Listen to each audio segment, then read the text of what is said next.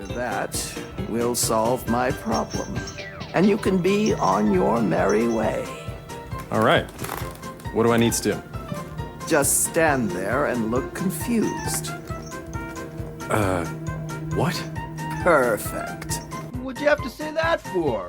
Hey, I'm back already with another video. It's not even been a week since the last one, right? But I'm pretty much late anyway in reviewing this game, so I had to move as fast as I could. I posted a poll in the channel to see which game I should have reviewed first between this and Mortal Shell 2, and this one won, so here it is. No, I didn't play the first game because I heard it's bad, but it doesn't matter too much because the sequel is fairly unrelated. The protag's different, the place is different, etc. And this one seemed to be much better, at least according to Steam reviews, which as you know are largely worthless, but still. This game is a Resident Evil 2 remake-like. It's really similar to it in feel, looks, gameplay, everything but story pretty much. It's got one idea or other from other games like Dead Space, with the stomp attack, a protagonist that looks straight out of Indiana Jones, a Lovecraftian setting with many of the Lovecraftian entities, a setup out of Silent Hill,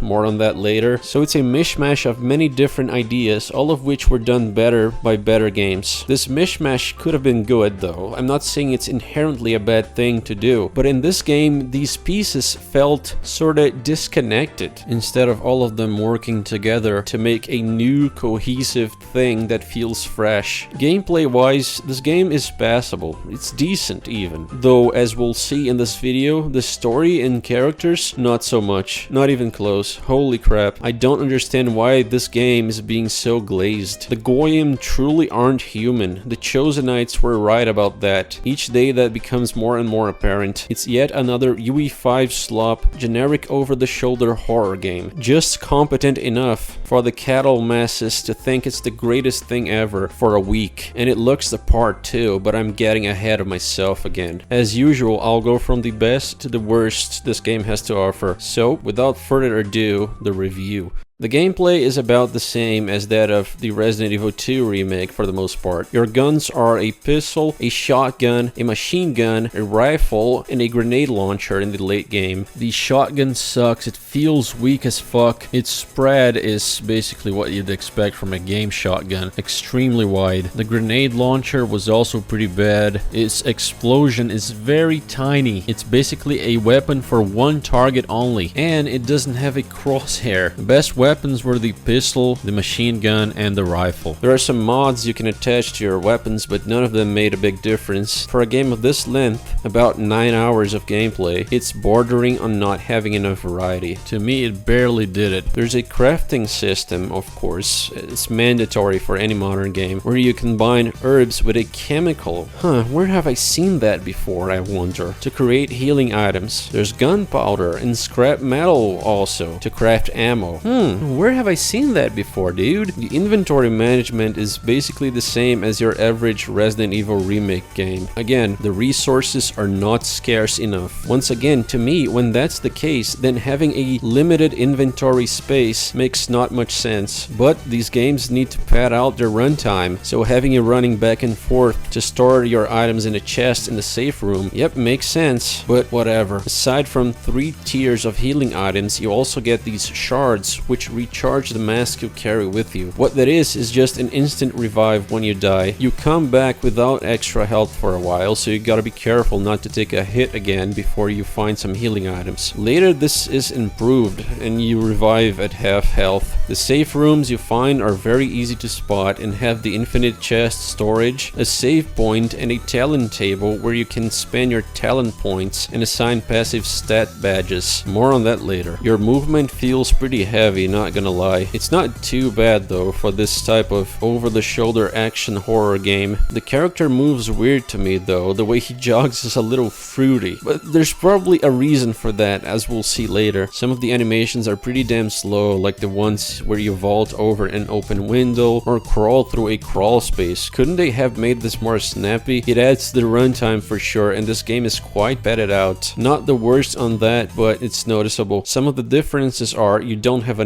knife, you punch instead, and you stomp as well, like I said. The punches are not adequate for most situations, but I found myself able to finish an enemy or two occasionally with it. The stomp, though, really helps after you kneecap the zombies, which of course you can do here. After all, this is mostly just a reskin of Resident Evil 2 Remake. But anyway, here you have a dodge button. Your iframes, if you even have them, are really tight, especially so when dealing with projectiles. The reason I'm not sure if they're even a thing is that when I dodge towards a projectile or a jumping enemy, and likewise backwards, and not to the sides, there wasn't a single instance where I phased through it. The rule of thumb is projectiles actually dodge them. With melee attacks, it seems like there are some iframes you can abuse. This is extremely necessary later on in the game because they run out of ideas and just throw mountains of enemies at you after a certain point. And speaking of enemies, the variety is poor. For most of the game, you fight basic zombies, a jumping head crab thing, and from the second third of the game onwards, a spitter sort of enemy who throws projectiles at you. That's 90% of what you'll deal with. The zombies are really lame, man. The UE5 slop animations are something to laugh at. They like to twitch around erratically, but not in a creepy, uncanny way. No, in a "our animators got very lazy" way. It almost looks like a ragdoll. So these zombies have a caveat. You have to shoot them in the blisters that pop out on certain parts of their bodies. If you don't do this, most of the damage you deal is mitigated. So we gotta shoot them in the weak spots, kind of like, I don't know, Killer 7 Heaven Smiles. I played on hard mode, and popping 3 blisters got the job done with the pistol. The problem though, there's RNG to when these blisters appear. Sometimes it takes like 10 seconds or more for a blister to appear, so you gotta keep juking the enemy or enemies until the game decides to be kind to you. Or you could just raw dog it and waste a lot of ammo, but it's annoying how random it is. It's hard enough to aim at them with a controller due to the janky, twitchy animations which work basically like they're dodging. Then you add that randomness and it just becomes ass. I'd much rather have had a regular mechanic here. Shoot the head, it does extra damage. Simple and it works. The way they implemented these weak spots is pretty janky. The jumping head crabs are annoying because, as I said, you have to actually dodge them properly. You can't use iframes. They're really a pain in the ass because they skitter around really fast and they actually attack you like a motherfucker if they get close. Then there's the jump attack. The trick is to dodge it because that staggers them when they land on the floor. Then you stomp on them and that one-shots them. It's better than wasting ammo on them. Oh, they also like to run away from you, so you'll be chasing them a lot. Very fun when there are multiple enemies and multiple head crabs in one room with you. So very fun. The third enemy, the spitters, just run around frantically. They also run away from you and periodically shoot things at you when their heads glow red. These enemies are not that strong. You can get rid of them with a few shots to the body or 3 headshots with the pistol. As for other enemies, most of which you'll barely see until the late stages of the game, there are wall blisters that explode when you get close, pretty much the same as in Chronos The New Dawn. There's a fat, disgusting boss type enemy that throws balls of snot at you and is pretty tanky, but not too bad to deal with, except when he shits all over the place and you can't move around properly without taking damage. They reused this boss like 3 times, by the way. There's a fish alien-like monster who is the tankiest enemy in the game, the worst in my opinion, as he is also extremely fast and can even outrun you when chasing you. Oh, and guess what? In one of the largest zones in the game, the hospital, there's also a Mr. X style unkillable stalker that keeps popping up and making your life hell. He's just this black blob dude, similar looking to those mode enemies from RE7, so an extremely lame design for a stalker enemy. Truthfully, he's not that bad to deal with. You can shoot him and he'll retreat for a couple minutes. His attacks are easy to dodge too. The problem is if he teams up with other enemies to fuck you up. That's some annoying shit, man. It's a big ass place, this hospital, and you have to explore a lot of rooms. So having this guy on your ass during that entire time is such a fucking retarded idea. Thank you, Capcom, for popularizing this shit. At least there's no forced stealth, hide and seek bullshit, I guess, so that's a plus. Why is it such a retarded idea in this game though? Very simple, because the game already spawns enough normal enemies, more than enough enemies even. There are so many enemies spawning or waking up and jumping at you, it's insane. The game goes like this. It gives you supplies like healing and ammo. Then almost immediately after, it throws an enemy at you for you to spend the resource you just got. And this happens over and over and over again. That's pretty much most of the gameplay loop. You don't have much time at all to settle down, get your bearings, and just explore places. Because the game wants you fighting and fighting. It's fight after fight. It's relentless, and it gets worse as the game progresses. You pick up any key item whatsoever, you are guaranteed to have new enemies spawning and jumping at you. It gets tiresome after some time. For you to have an idea of how much they like to throw enemies at you, there was an optional puzzle I did in an area I had already cleared of enemies. This puzzle gave me a weapon part. After I was done, I realized the puzzle was also a trigger that spawned a bunch of enemies on my way back who weren't there before. An optional puzzle I already had to go out of my way and took me half an hour to get the items I needed to do it, so it was challenging enough with that already, rewarded me by spawning even more enemies for me to waste my resources on, even though I was at 1 HP without any resources already. God damn it, man, this game's design is baffling. The basic zombie enemies also resurrect themselves if you're not careful. The game's full of worms everywhere, and when you kill an enemy, worms come out of it shortly after. If you don't stomp on these worms, they will move around for a bit and then re-enter the dead zombie's body, resurrecting it at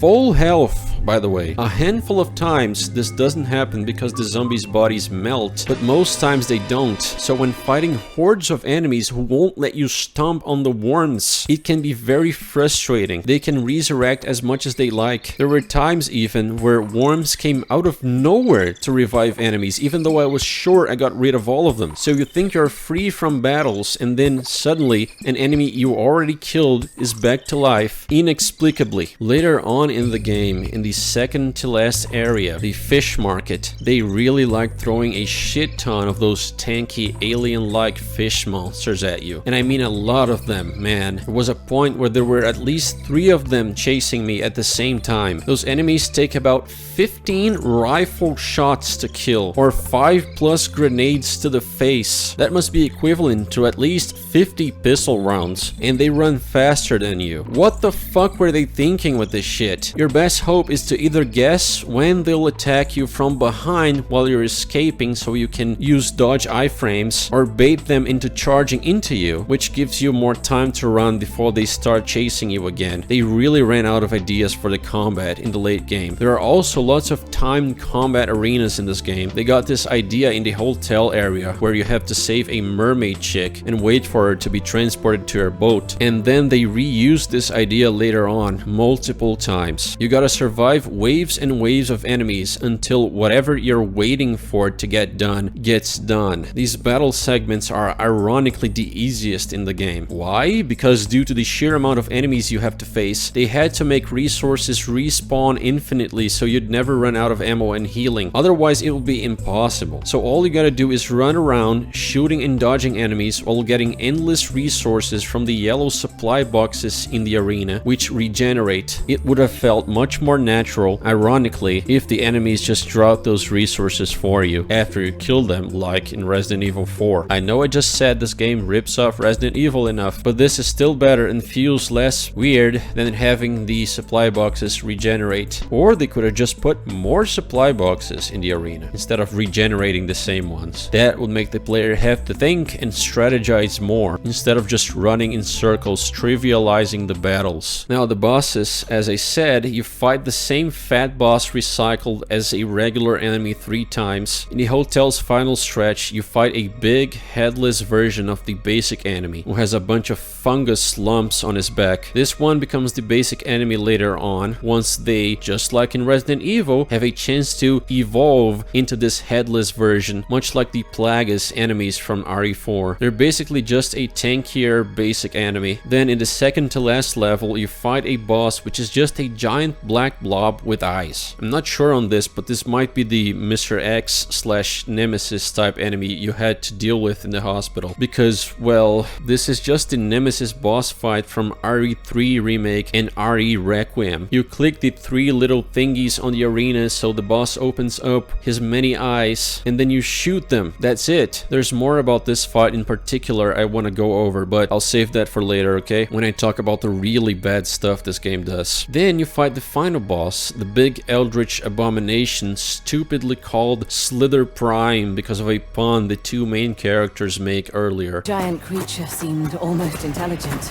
Hive mind. The more worms, the more dangerous. So it was the Slither Prime. That's my guess.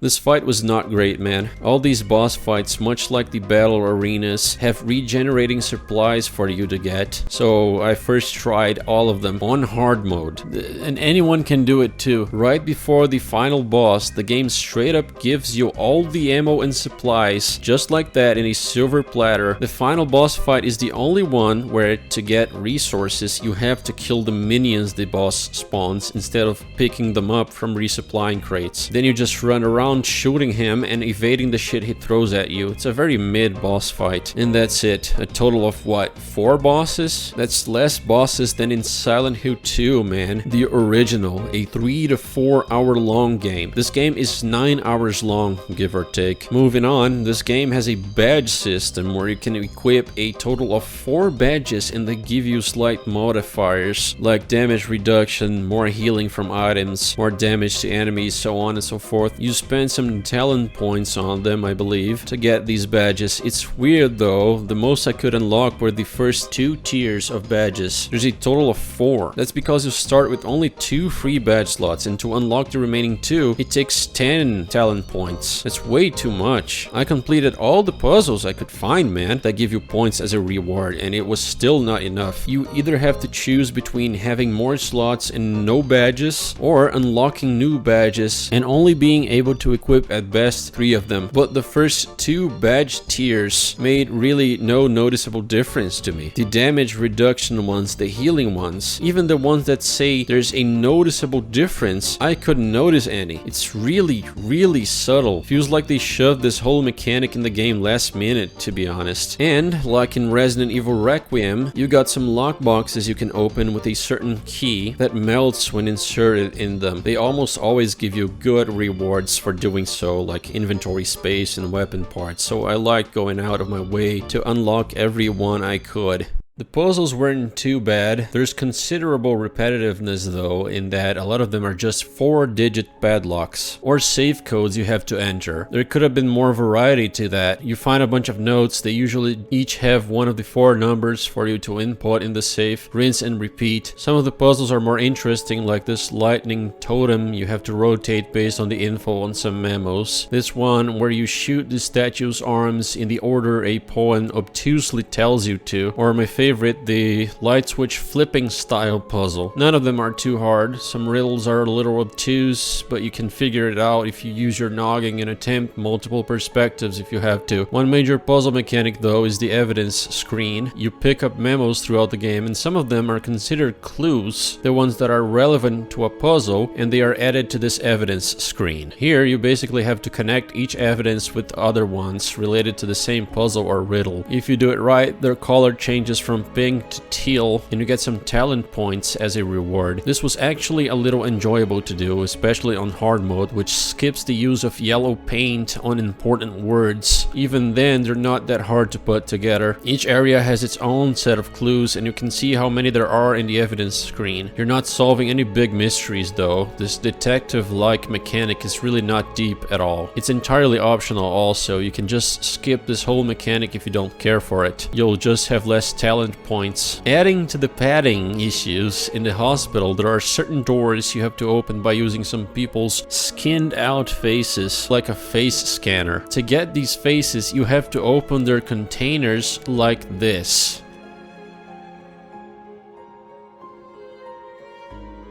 goddamn, this is a huge waste of time. There's no challenge or thinking involved either. You just rotate the thing until the prompt appears for you, over and over. So I'm not even sure I can call these puzzles. Why would they do this? Again, only for padding purposes. This isn't immersive or interesting. The animations and UI for unlocking doors and using items on key spots is exactly the same as in the RE remakes. Creativity is dead and buried beneath 6 miles of dirt at this point. Speaking of, one of these door puzzles is, you guessed it, having to cut chained padlocks with bolt cutters. This really is just discount Resident Evil 2 remake, man. There's really not much else to say about the puzzles. They're pretty serviceable. On the topic of the broader game design and level design, again, this game is padded out. It should have been 2/3 as long as it was. The hospital area should have been the last, yet there's a whole area as big as that one after it, and then some more before the final boss. As I said, it's 9 hours long or so when it should have been 6. A big reason for that is the level design. It's made so you have to walk a lot. To get to rooms that are right next to each other, the game often makes you run around in the building, sometimes through multiple floors, for you to get to that room. There are not enough shortcuts, I feel like, that can be unlocked from the other side, so you don't have to run across the whole building again, multiple times even. The first third or so of the game takes place in the flooded city, where you have to navigate from location to location to location on a boat. The loop is basically drive your boat to location X, open a gate, get back on the boat, go to big location Y, clear it, get back on the boat, rinse and repeat, which is fine, but the boat segments have zero exploration involved. You don't have optional side areas to explore. You just drive the boat through straight streets and stop where you're required to. So those segments feel very redundant and unnecessary. The intro sequence is so fucking weird. The game presents you with prompts to press, basically a series of F's to pay respect types of input for hacking immersion. This should have all been a straight cutscene. I don't know why devs still think this is more immersive somehow. You gotta be kidding me, man. One thing I'll praise is that this game has reasonably reactive environments. I always miss this in over-the-shoulder slop games. They always have the most static environments imaginable. This one doesn't allow you to do cool environmental kills. There are some explosive tanks around, sure, but nothing more creative. But at least it allows you to punch things and they actually break and react to your strikes. Not all of them, no, but enough for me to find satisfaction. This actually helps with immersion. Also, there's not much yellow paint. The supply boxes you open are yellow and there's a thing here and there, but that's it. Another thing I can compliment. And so far, the game doesn't sound that bad, right? Well, from here on, things start to decay. They somehow thought it was a good idea to have your character yap to himself about every little thing that happens. He sees a thing on a table, he goes, "Wow, that looks like a thing on a table." The game gives you an obvious objective, he yaps, "Wow, I better go do this thing now." You solve a puzzle, he tells you what that accomplished even though you already know. Here's a montage for you to appreciate what I had to put up with while playing this game. Arkham's got worse. I need to get to the annex, then get out. Fate, I used that same symbol for Coat Harry's famous tea. Good to know that the traps still work. Like it was waiting for me. Dough, gasoline, and a gear. Where do I find that? Fire station. Could be worth a look. Maybe they have gasoline in storage. Well, that's a death trap. That's it. Got everything I need for the crane. Such advanced security for a hospital. Why the secrecy? Reminder, only a charged prism can disengage the... That's fishy. Oh, Calvin. What was that? Probably just a dog. A dog? Yeah, a really sick dog. And after the first third of the game or so, you have your fiancé become Mimir from God of Soy, following you around in spirit form, living in a mask you carry on your back, just like Cuck Kratos carries Mimir's head. And she is even worse, dude. The yapping gets insane. She tells you what to do before your brain can even process the information the game presents to you. It's one of the worst cases of tell, don't show I've seen seen in my whole life in a game. When you're fighting a boss, the stupid bitch will not stop yelling at you repeatedly, like a broken record, telling you how to play stuff that you already know to do, stuff that you're already doing. She doesn't care. She'll tell you to do it anyway. Here's another montage for you of this. Wait, Cal. There's something powerful in here. Look around. This one's pink. It must be for another station. The yellow one. It must be for the third station. It's all of them. Grab the prism and let's head back to the theater. Quick, Cal! Don't let it get away! Oh, those little buggers are in the vents. Eyes open. Those devices. What do they do? Look! Its eyes! They're open! The device deactivated! Cal, you're hurt. Got it. One turned off. Are they all on? Nice shot, Cal. You wounded it, Cal, and it's angry. Back to the devices. This one's on. Right on target. The eyes have appeared. The device deactivated. That's the ticket. Are they all on? That's all the eyes. Last push. Tell me you're fine. That's it. Just like that. As with every half-assed, half-fake UE5 game, this game had a panic moment where you're made to think you have to run, but if you don't, nothing happens. You only keep hearing your stupid dead wife telling you on a loop to move over and over. This is so ridiculous, man. Take a look. They're heading back to the boat. Come on! Where did it go? Damn worms! Hurry! Don't let it get away! Quick, Cal! Where did it go?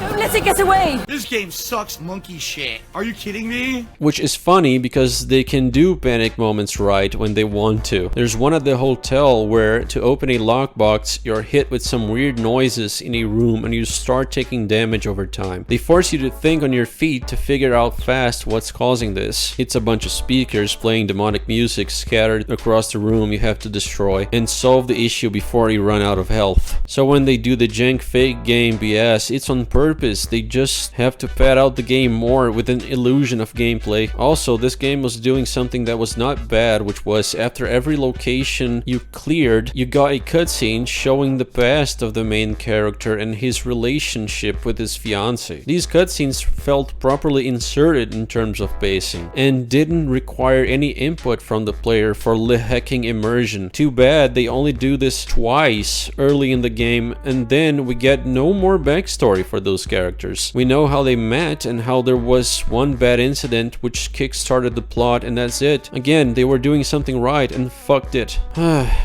And the visuals, good word, they're bad. It's UE5 slop at its finest. The game looks terrible with FSR on. It looks slightly better through DLSS, and without any upscaling it looks best, but runs like absolute shit. Still, you have the same nasty JPEG compression-like artifacts when things move fast. Terrible ghosting, terrible smeary lighting on reflective surfaces, terrible smears on water and rain. Geez, it's all so bad. When will the Goyim finally understand that photorealism isn't an improvement over anything? It's simply a different visual style. And when it's done through this shitty Indian engine called UE5, this style looks horrendous. The game has a photo mode, which I used to make the thumbnail of this video, and in that mode, where the game is supposed to be frozen, the game doesn't sit still somehow. There's movement, motion blur, and other motion artifacts in a frozen frame of the game. This shows clearly how janky this engine is visually. Please God, I pray for the day Tim Sweeney gets what he deserves for ruining the real-time CGI industry with this god-awful, stinking piece of dog shit tech. For you to have an idea, in the first cutscene, quote-unquote, the main character had no reflection in the mirror he looks at. I thought, oh, I'm playing as a vampire, or oh, the ritual he botched made it so he became game soulless or cursed or something like that, hence him not having a reflection. But no, he's supposed to have reflections, it's just that UE5 doesn't show them, if not on the maximum graphics settings, which I put the game on after this, and they still look like absolute shit. People, games in the 90s had proper reflections. What are we doing? Callisto Protocol is still the gold standard for photorealism in games. Since then, it's all been downhill. The animations, as I said earlier, are very, very janky. They look weightless, cheap, and honestly, it wouldn't surprise me if they were heavily made with AI assistance. There's really no praise I can give in the visual department, but I'll try. Let's see. The human characters look good. For some reason, as I'll cover next in the story segment, the female character looks the best. Calvin, the guy you play as, looks sickly and exhausted, which makes sense in the story, but the facial animations are very stiff, so the characters, for what that's worth, only look good when they're not speaking or acting too hard. The game doesn't have any crazy visuals or special effects, which I think is a blessing in disguise. Those usually look horrible in UE5, and that's all I have for you for the visual department. Somehow there's even less to say about audio. This game has no atmosphere. There are almost zero soundscapes, no atmospheric noises or music, and no spooky soundtracks save for one track that plays when enemies are nearby, and that's it. Oh, and there's the one that plays in the fake panic moment to try and make you feel like running. And there's a very basic theme in the safe room. The rest is just boring, non-atmospheric silence. This game just might take the cake for the least scary horror game ever made. I wish I had more to tell you about this, but I can't cover much of something that barely exists.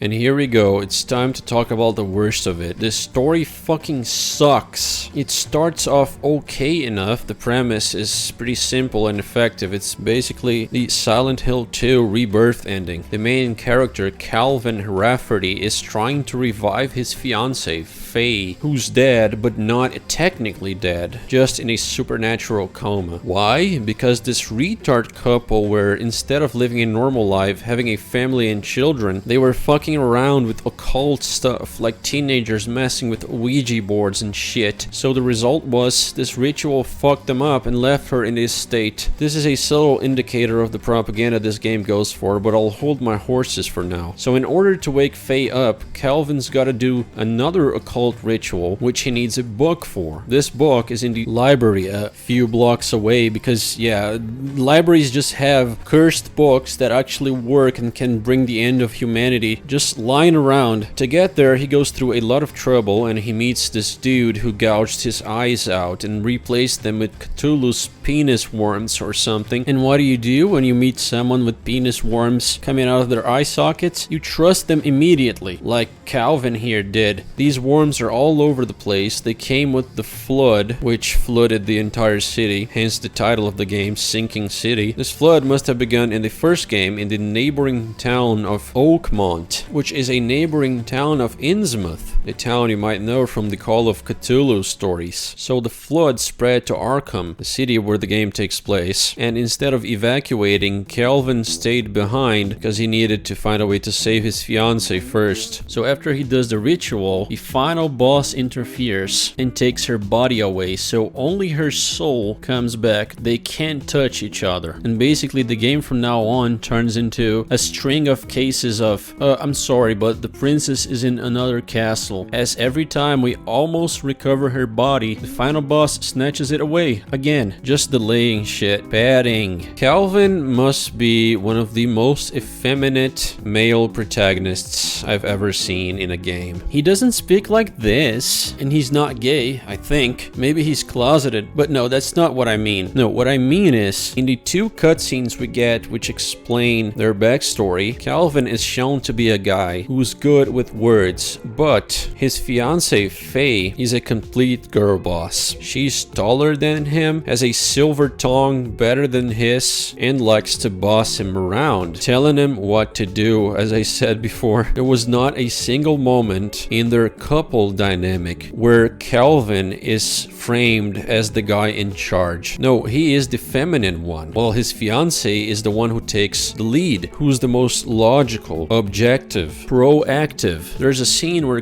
Calvin, he opens up to her. He talks about his feelings, how scared he is, and immediately after that, she takes charge. She tells him what to do, what's the reasonable thing to do, the logical thing to do. You know what happens when you do that? This is a real thing. I know for a fact at least 2 families, people who I knew personally, had their children turn out gay, and in both cases, the parents were extremely progressive. They didn't believe in traditional gender roles. The men were passive. They let their wives take leadership of their families. Very similarly to the dynamic between Calvin and Faye. Do you think the sample size is too small? That it's all just a coincidence? Well, be my guest, dude. Just remember, it's okay to cry in the shower by yourself if your son ends up liking wiener in his butthole. God, this game is telling people that this is the way a man should present himself to his significant other. It's complete brainwashing. This is so wrong. He is completely head over heels for her. There's only one part where he starts to doubt her. He suspects that she betrayed them during that ritual which put her in a coma. He thought she had made a deal with an elder god of Lovecraftian origin, but he is quickly convinced by her that she would never do something like that in a very manipulative way, because there's no way a woman would ever take the side of the most powerful authority in the room, like an eldritch god, which usually even makes people go insane just when they look at him. No, women are flawless. They are angels. They are saints on this earth. They can do no wrong. They can never be wrong. It's always the man who's the problem, clearly. I met her where the waters gleam.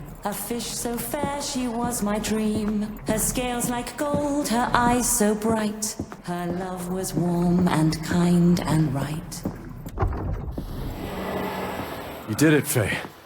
That was beautiful. Yeah, good job, actual protagonist. So in this game, canonically, of course, this girl boss who thinks she's this all-powerful being after she wakes up from the coma when Calvin does the resurrection ritual. Hear this. You're acting like all this is good news. It is good news.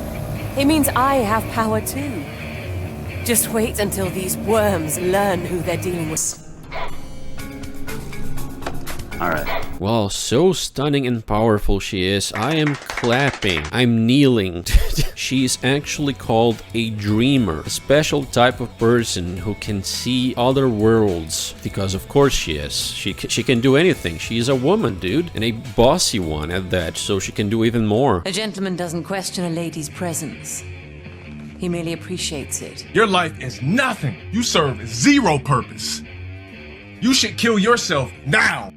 Nah, I wish that's what he said. But Calvin is not him. So Calvin is head over heels for her for some reason. He is willing to put the entire world at risk of being destroyed just to save Faye. But it turns out, as we find out at the end of the game, who could have guessed that the actual main character, Faye, is the greatest, bestest, most wholesome chungus of all. The one who made a sacrifice to save the other was actually Faye. She sacrificed her life to save Calvin, who was killed in the Dreamlands, whatever the fuck that is, when they went through the ritual. She makes a pact with this eldritch god. Her soul is transferred to Calvin, and he comes back to life while she stays in a coma. However the fuck that works, and whatever the fuck these devs think the human soul is. Because as we know, the female sex is the one that sacrifices the most, right? They're the ones who provide. They're the ones who have to sacrifice their whole lives working to make money and provide for their families. Yeah, that's the female sex, dude. Didn't you know? They're the ones who put themselves in harm's way to save the man. You couldn't flip these intersexual dynamics harder than this if you tried. So if you're thinking, oh wow, this game is very Jewish, like what the fuck? This is extremely subversive. Well, guess who made this game? It's none other than Ukrainians. I mean, she can do anything. everything, man. She can convince an elder god to save her fiance. There was an alien dude in a hospital with telekinetic powers similar to the advisors from Half-Life 2 who could have killed them the moment he wanted, but he somehow also falls to his knees, metaphorically, in adoration of her, who's just this dreamer person. I'm not even sure Calvin is the main character anymore, dude. This story is all about her. The only funnily based moment in this game is after you save that mermaid chick who's a complete psycho who got a lot of people killed, and you deliver her to the dude in the university with the warm ice. He basically just kills her. Why do you need her? The worms must be fed. Unfortunately, it's not Calvin who kills her. He should have done so immediately after he realized how many people she killed, just for fun. But other than that, this game is awful propaganda. Like I said, Calvin runs like a sissy, because he's the female in this dynamic. And I cannot forget to point out how, in this conversation they have before the end, not once does Calvin mention to her, or she herself say that they want kids to have a family. No, instead, Calvin would use all the money he would save from working to support her career. No, we gotta Uh-oh. okay. Mel time. Why did I say this? Mel time. It's Mel time. Oh, she got the form. Okay. So we're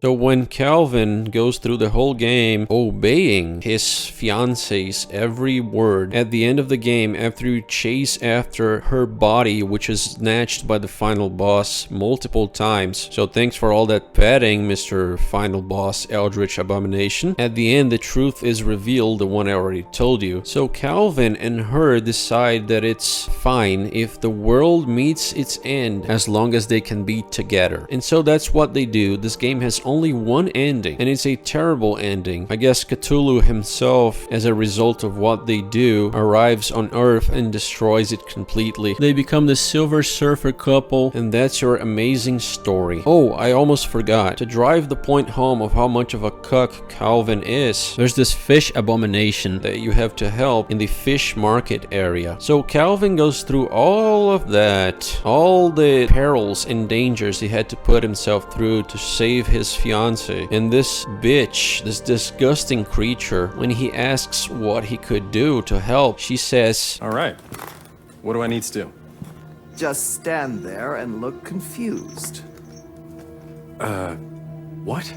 Perfect. and he takes it quiet like a little bitch. God damn it, man, what a clown show this is. I hope no young zoomer plays and likes this game, because this is a terrible example, man. Somehow I feel bad for Calvin, because the writers did him so dirty in this fucking game. The guy's a complete doormat. The only ones who would find this good are Redditors who think masculinity means being funny. In that hospital area, the alien I talked about, which stalks Calvin throughout the whole segment, guess who he chooses as his avatar to present itself to Calvin as the figure of utmost authority in that hospital, the head surgeon. It's Tyrone, dude. Hey, it's true, he was a future doctor, look at that. He grew up and he became a renowned surgeon. Sure thing, buddy. I'm sure this is exactly how it goes in real life. Stupid fucking propaganda-filled game. Fuck you. Oh, did I mention they named one of the nurses Kitty just so they could do a Hello Kitty pun? Hello, Kitty. Yeah, there are several times when these characters say lines on the level of, that just happened, unironically, dude. This has been a weird day. That's the hospital, Akeley Memorial. Oh, well, that seems ominous.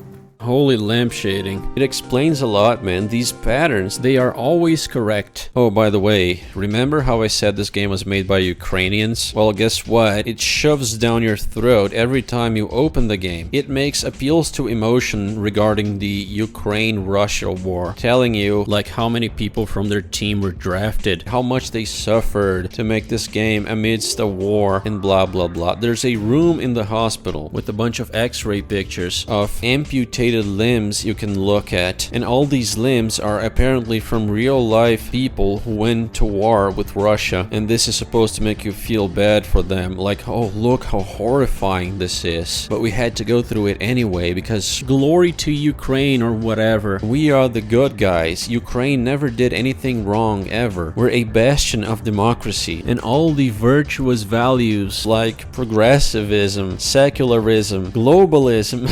I know I'm sounding insensitive to people who go to war and lose limbs in their lives, but this pisses me off when they put things like this in a game. Like, who are they attempting to talk to? You gamer, you have to know about how horrific war is. As if you didn't already know. No, you have to be told again through horribly graphic descriptions of real life injuries in your video games to destroy your immersion in a horror game which requires immersion. Because that's what's gonna make a difference in all this. That's what's gonna put an end to the war. It's not telling all this crap to their Jewish president, the guy who wants money, more money, dude. He always needs money. I need that money, I really do. I need that money. Everybody, every country on earth has to send him money. We gotta send all our money to him so Ukraine can keep laundering all that money. I mean, buying weapons to defend themselves. Oh, the poor little guys. So they put in all this ridiculous propaganda for you to eat when you just want to play a horror game about the Cthulhu mythos. Awesome, awesome, simply awesome. Yeah, this game's story is absolutely awful. The ending is complete dog shit, and it's made by propagandists. Cool. You want to know what I think? Just replay Resident Evil 2 Remake, or better yet, play the original, or 4, or even 3 if you want. They're much better than this clone. So in conclusion, should you play this game? No, because the story is just that bad. The combat is mid, the rest is only decent at best. You would be much better off just playing the games this was inspired by. Their stories are not a dismal piece of shit that end with the end of the world triggered by two oofy doofies for the stupidest of reasons. Plus, this game is not scary in the least, so if you wanted to play a horror game to get